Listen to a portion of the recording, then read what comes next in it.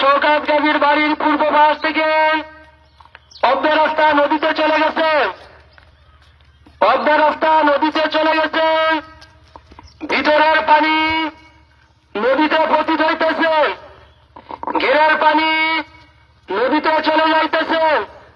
আপনারা দেরি না করেন, অতি দ্রুত যার যা আছে নিয়ে চলে আসুন। সাতক্ষীরা উপকূলে ঈদের আনন্দ মুহূর্তেই পরিণত হয়েছে বিষাদে।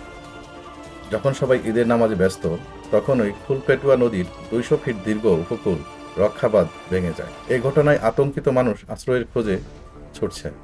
প্লাবিত হয়েছে শত শত মাছের ঘের, কৃষিজমি এবং গ্রামের পর গ্রাম। পানি প্রবাহের তীব্রতায় আনোলিয়া ইউনিয়নের প্রায় 20 ফুট এলাকার প্রতিরক্ষা বাঁধ সম্পূর্ণ বিলীন হয়ে গেছে।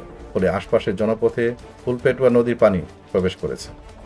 ডুবে গেছে ঘরবাড়ি, রাস্তাঘাট। স্থানীয়রা জানান, প্রতিদিন বাঁধের অবস্থা খারাপ হতে থাকলেও তা রক্ষা করতে কার্যকর কোনো ব্যবস্থা নেওয়া হয়নি।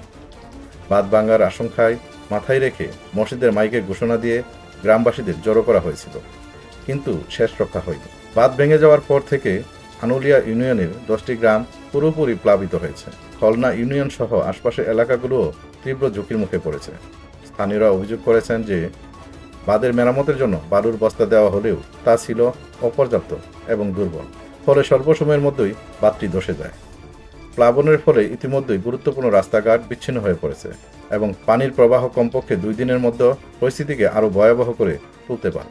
এ বিষয়ে উপজেলা নির্বাহী কর্মকর্তা জানান, বাঁধ মেরামতের চেষ্টা চলছে এবং পানি উন্নয়ন বোর্ডকে বিষয়টি অবহিত করা হয়েছে। পানি উন্নয়ন বোর্ড আশু পদক্ষেপ নেওয়ার আশ্বাস দিলেও এখন পর্যন্ত কার্যকর কোনো ব্যবস্থা নেওয়া হয়নি। অন্যদিকে স্থানীয়দের অভিযোগ, সময়মতো উদ্যোগ না নেওয়ায় এই বিপর্যয় আরও ভয়াবহ আকার ধারণ করেছে। বাঁধ ভাঙনের ফলে যোগাযোগের ব্যবস্থা মারাত্মকভাবে ব্যাহত হয়েছে। প্লাবিত গ্রামগুলোতে বিশুদ্ধ পানির সংকট দেখা দিয়েছে এবং অনেক পরিবার ঘরবাড়ি ছেড়ে নিরাপদ আশ্রয়ের সন্ধানে ছুটছে।